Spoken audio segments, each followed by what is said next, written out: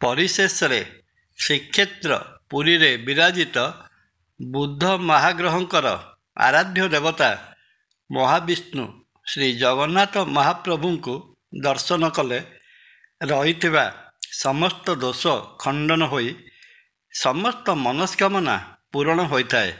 ଜୟ ଜଗନ୍ନାଥ। ନମସ୍କାର, ମୁଁ ତପନ ଡାଇଜେଷ୍ଟକୁ ଆପଣଙ୍କୁ ସ୍ୱାଗତ।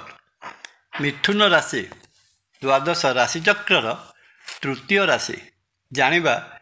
2025 ମସିହା ଏପ୍ରିଲ ମାସରେ ମିଥୁନ ରାଶିର ବ୍ୟକ୍ତିବିଶେଷ ସ୍ୱାସ୍ଥ୍ୟ, ଶିକ୍ଷା, ଅର୍ଥ, ପ୍ରେମ, ବିବାହ, କର୍ମ ଏବଂ ଘର ଓ ପରିବାର ସମ୍ପର୍କରେ କ'ଣ ସବୁ ଫଳ ପାଇବାକୁ ଯାଉଛନ୍ତି। ମିଥୁନ ରାଶିଜାତ ବ୍ୟକ୍ତିଙ୍କର ଏପ୍ରିଲ ମାସ ପାଇଁ ସ୍ୱାସ୍ଥ୍ୟ ସମ୍ପର୍କରେ ଆଲୋଚନା କରିବାକୁ ଗଲେ ଜଣାଯାଏ, ଏ ମାସରେ ମାନସିକ ଦୁଶ୍ଚିନ୍ତାର ପ୍ରାଦୁର୍ଭାବ ଦେଖାଯିବ। ମୁଣ୍ଡବିନ୍ଧା ସହିତ ଅନିଦ୍ରା ଏବଂ ହଜମ ଶକ୍ତିର ମଧ୍ୟ ଅଭାବ ଦେଖାଯିବ।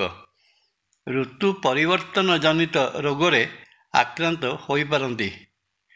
ନିଜ ଶରୀରର ପ୍ରତିରକ୍ଷା ପ୍ରଣାଳୀକୁ ମଜବୁତ କରନ୍ତୁ। ଦୈନିକ ଯୋଗ, ପ୍ରାଣାୟାମ ଓ ମର୍ଣ୍ଣିଂ ୱାକ୍ କରିବା ସହିତ ଖାଦ୍ୟପେୟ ପ୍ରତି ସତର୍କତା ଅବଲମ୍ବନ କରନ୍ତୁ। ମିଥୁନ ରାଶି ବ୍ୟକ୍ତି ବାଣିଜ୍ୟ ବ୍ୟବସାୟ କରୁଥିଲେ ସମୟର ସଦୁପଯୋଗ କରିବା ଦରକାର।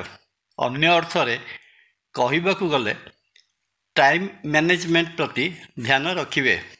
ତରବର ହୋଇ ନିଷ୍ପତ୍ତି ଗ୍ରହଣ କଲେ ବ୍ୟବସାୟିକ କ୍ଷେତ୍ରରେ କ୍ଷତି ସହିତ ନାନା ପ୍ରକାର ସମସ୍ୟାର ସମ୍ମୁଖୀନ ହୋଇପାରନ୍ତି।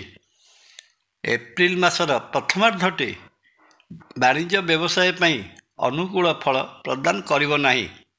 ସହଯୋଗୀ ବା ପାର୍ଟନରସିପ୍ରେ ବ୍ୟବସାୟ କରୁଥିଲେ ବ୍ୟବସାୟରେ ମନୋମାଳିନ୍ୟ ଦେଖାଯାଇପାରେ।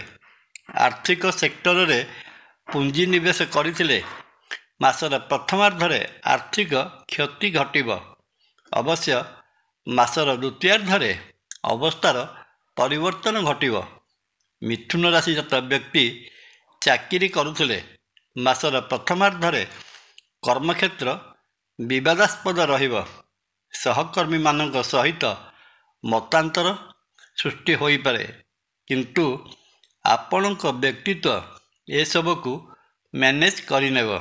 ମାସର ଦ୍ୱିତୀୟାର୍ଦ୍ଧରେ କର୍ମକ୍ଷେତ୍ର ଆପଣଙ୍କ ପାଇଁ ବେଶ୍ ପ୍ରଶସ୍ତ ରହିବ। ମନ ମୁତାବକ ଜାଗାକୁ ବଦଳି ହୋଇଯାଇପାରେ। ଏହା ସହିତ ଉପରିସ୍ଥ ଅଧିକାରୀ ଆପଣଙ୍କ କାମରେ ସନ୍ତୋଷ ପ୍ରକାଶ କରିବା ସହିତ ପ୍ରମୋସନର ସୁଯୋଗ ମଧ୍ୟ ଆସିପାରେ। ଏପ୍ରିଲ ମାସରେ ମିଥୁନ ରାଶିର ଲଭ୍ ଲାଇଫ୍ ବିଷୟରେ ଜାଣିବାକୁ ଗଲେ ଜଣାଯାଏ ଯେ ଏ ମାସରେ ଆପଣଙ୍କ ଜୀବନରେ ଜଣେ କେହି ଅଜଣା ବ୍ୟକ୍ତିଙ୍କର ଆବିର୍ଭାବ ଘଟିପାରେ ଏବଂ ପର୍ଯ୍ୟାୟକ୍ରମେ ଏହି ସମ୍ପର୍କ ପ୍ରେମ ସମ୍ପର୍କରେ ପରିଣତ ହୋଇପାରେ।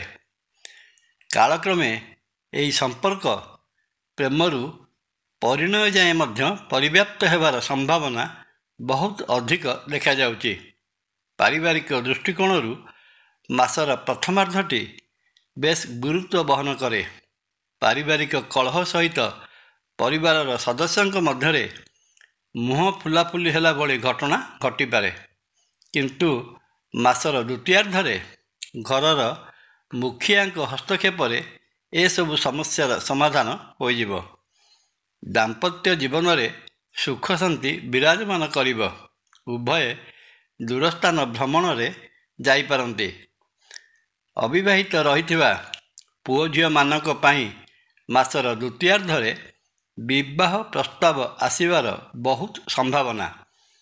ମିଥୁନ ରାଶିଜାତ ବ୍ୟକ୍ତି ଏହି ଏପ୍ରିଲ ମାସରେ ଗୃହ ନିର୍ମାଣ କରିବା ପାଇଁ ଯୋଜନା କରିଥିଲେ ଏ ମାସ ପାଇଁ ସ୍ଥଗିତ କରିଦେବା ଉଚିତ ହେବ।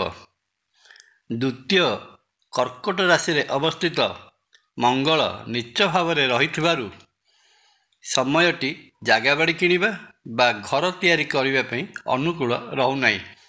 ଅଧ୍ୟୟନରତ ଛାତ୍ରଛାତ୍ରୀମାନେ ଦେଇଥିବା ପରୀକ୍ଷା ଗୁଡ଼ିକରୁ ଭଲ ଫଳ ଆଶା କରିପାରନ୍ତି। ଉଚ୍ଚଶିକ୍ଷା ଗ୍ରହଣ କରିବା ପାଇଁ ଘରଠାରୁ ଦୂରକୁ ଯିବା ନିହାତି ଆବଶ୍ୟକ ହୋଇପାରେ। ଏ ତ ଗଲା ମୋଟାମୋଟି ଭାବରେ ଏପ୍ରିଲ ମାସ ପାଇଁ ମିଥୁନ ରାଶିର ମାସିକ ରାଶି ଫଳ।